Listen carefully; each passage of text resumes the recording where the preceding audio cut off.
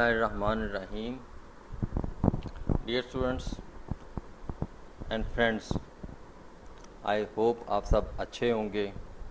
आज मैं जिस टॉपिक पे आपसे बात करने जा रहा हूँ है तो वो बहुत कॉमन सा, लेकिन बहुत कम लोग इस पर बात करते हैं। जब हम कंप्यूटर की दुनिया में अपने कंप्यूटर को यूज़ कर रहे होते हैं तो हम देखते हैं कि डे बाई डे हमारा कंप्यूटर स्लो होता जाता है। जब वो स्लो होता जाता है तो हमें समझ नहीं आ रही होती कि वो रोज़ाना उसकी वर्किंग स्लो क्यों होती जा रही है। तो फिर हम क्या करते हैं कि किसी मैकेनिक के पास ले जाते हैं। वो कहता है ये आपकी विंडो दोबारा करनी पड़ेगी, या कोई और चीज़ आपका डालकर आपके सिस्टम में आपसे पैसे चार्ज कर लेता है।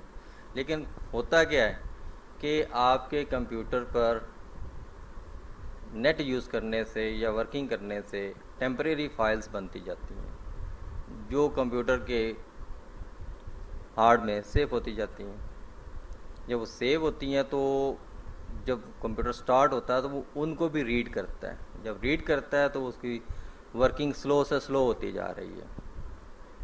तो इसके लिए कुछ लोग तो आजकल सॉफ्टवेयर यूज़ करते हैं, लेकिन अगर आपके पास सॉफ्टवेयर इंस्टॉल करने की कैपेसिटी नहीं है, आपके पास सॉफ्टवेयर इंस्टॉल करने का तरीका आपको नहीं आता, तो आप क्या कर सकते हैं कि कंप्यूटर के अंदर ही आपके पास ये फैसिलिटी मौजूद है कि आप वो टेम्परेरी फाइल्स को वहाँ से एलिमिनेट कर सकते हैं। ठीक है, तो इस बात के लिए इसको समझना कोई इतना मुश्किल काम नहीं है। तो आपको क्या करना है कि आपके सामने जो विंडो खुली हुई है उसके स्टार्टअप में जाना है।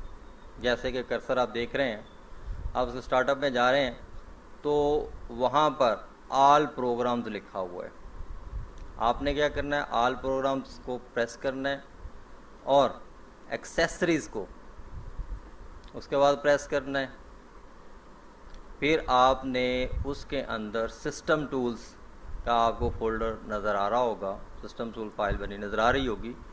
तो आप क्या करेंगे, सिस्टम टूल्स को प्रेस कर देंगे। जब सिस्टम टूल्स को प्रेस करेंगे तो डिफरेंट फाइल्स फिर आपके सामने खुली हुई नज़र आ जाएंगी। तो आपको एक जगह पर डिस्क क्लीनअप लिखा हुआ नज़र आ जाएगा। तो आप क्या करेंगे, उस डिस्क क्लीनअप को प्रेस कर दें, क्लिक कर दें। तो आपके सामने ये जो विंडो खुली हुई है इसमें लिखा होगा कि select the drive you want to clean up. तो हमारी सारी वर्किंग चूँकि सी पर हो रही होती है तो हमें चाहिए कि हम सी को ही क्लीन करें। तो हम ओके का बटन दबा देते हैं। अब आपके सामने आप देखेंगे कि सिस्टम उसको क्लीन करने की कोशिश कर रहा है, उसे कलेक्ट करने की कोशिश कर रहा है कि कहाँ कहाँ उसके लिए जो फाइल्स हैं जो उसके सिस्टम्स को स्लो कर रही हैं वो कहाँ कहाँ हैं, वो उनकी काउंटिंग कर रहा है।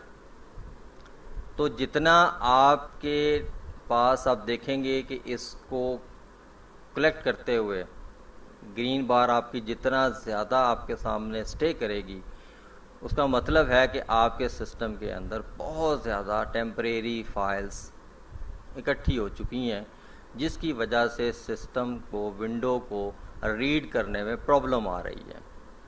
ठीक है, तो आपने देख लें मेरे सिस्टम के ऊपर। अब आपके सामने जो विंडो खुली हुई है यहाँ पर आपको लिखा हुआ नज़र आ रहा है डिस्क क्लीनअप।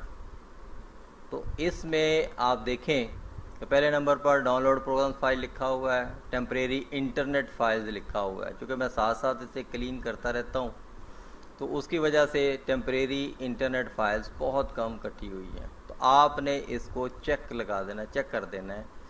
फिर आप आगे चलते जाएँ तो तमाम फाइल्स के अगर आप चेक भी लगा देंगे तो सेटअप फाइल्स हैं। अब देखें टेम्परेरी फाइल्स, इसके अंदर आप देख रहे हैं कि 16.6 MB फाइल्स हैं जो बेकार फाइल्स पड़ी हुई हैं कंप्यूटर के ऊपर, जिनको वो रीड करता रहता है। आप इसको भी टिक कर लें। थंबनेल्स में 5 MB के करीब मेरे पास फाइल्स इकट्ठी हो चुकी हैं। उसके बाद आप देखते हैं कि सिस्टम आर्चिव्ड विंडो एरर रिपोर्ट आ रही हैं, वो भी हैं। फिर आपको नज़र आ रहा होगा कि थोड़ा सा रिसाइकल बिन में मैंने को फाइल को रहने ही नहीं दिया। अगर आपकी होंगी तो वो यहाँ पर शो हो जाएंगी, तो आप इसको भी चेक लगा दें। तो अब आपने क्या करना है कि जस्ट ओके के बटन पर आपने प्रेस करना है और आपके सामने आ जाएगा कि are you want to delete file permanently. तो आप कहें जी बिल्कुल यस, हम इसको डिलीट करना चाहते हैं। इसको डिलीट करने से आपके सिस्टम पे कोई फ़र्क नहीं पड़ेगा, लेकिन इतना ज़रूर होगा कि आपकी वर्किंग पहले से बहुत ज़्यादा अच्छी हो जाएगी। और जो सर्चिंग है, आप देखें कि आप उसे रिफ़्रेश करने की कोशिश करें तो फौरी तौर पर रिफ़्रेश करेगा। अदरवाइज़ जब उसके पास फाइल्स होती हैं तो वो रिफ़्रेश करता है, बहुत स्लो कर देता है। उम्मीद है आपको मेरी ये बात बड़ी अच्छे तरीके से समझ आ गई होगी। तो विंडो 2007 या उससे पहले की जितनी विंडोज़ हैं जिनके कंप्यूटर्स में हैं या जिन्होंने अपने लैपटॉप्स में की हुई हैं, तो वो आप इसको बड़े आसानी के साथ कर सकते हैं। तो इस पर ख़र्च भी कोई नहीं है और आपका सिस्टम भी आसानी के साथ वर्किंग में स्पीडी हो जाएगा। अच्छा, अब इसके साथ साथ पहली टिप के साथ साथ आपके मैं दूसरी टिप भी शेयर करता चलूँ एक बोनस के तौर पे, कि अपने कंप्यूटर को आपने कैसे इजी रखना है और उसकी स्पीड को स्पीडी रखना है। तो उसके लिए आपको क्या करना होगा कि आपने अपनी जितनी डाउनलोड फाइल हैं, वो कोई भी फाइल आपने सी ड्राइव पर नहीं रखनी, ना डॉक्यूमेंट्स में रखनी है, ना आपने उसको डाउनलोड्स में रहने देना है।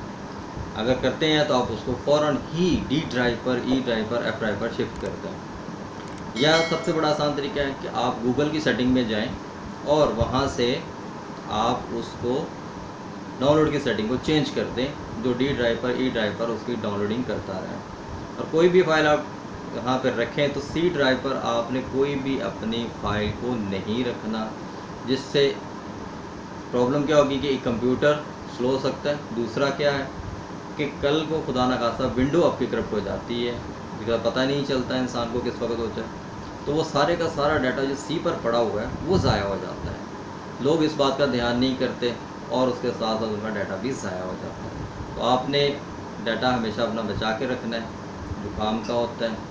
तो आप इनको हमेशा डी ड्राइव, ई ड्राइव और एफ ड्राइव पर जो भी आपके पास हो, और अपने डेस्कटॉप के आइकन्स को कम से कम रखें ताकि विंडो को काम करना थोड़ा सा आसान हो जाए। आई होप आपको मेरी ये दोनों टिप्स बहुत अच्छी लगी होंगी, आपके काम आएंगी।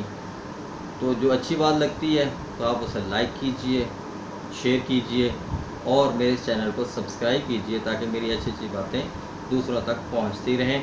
और साथ बेल के बटन को ज़रूर दबा लीजिए ताकि मेरी हर नई आने वाली वीडियो आपको पता चलती रहे।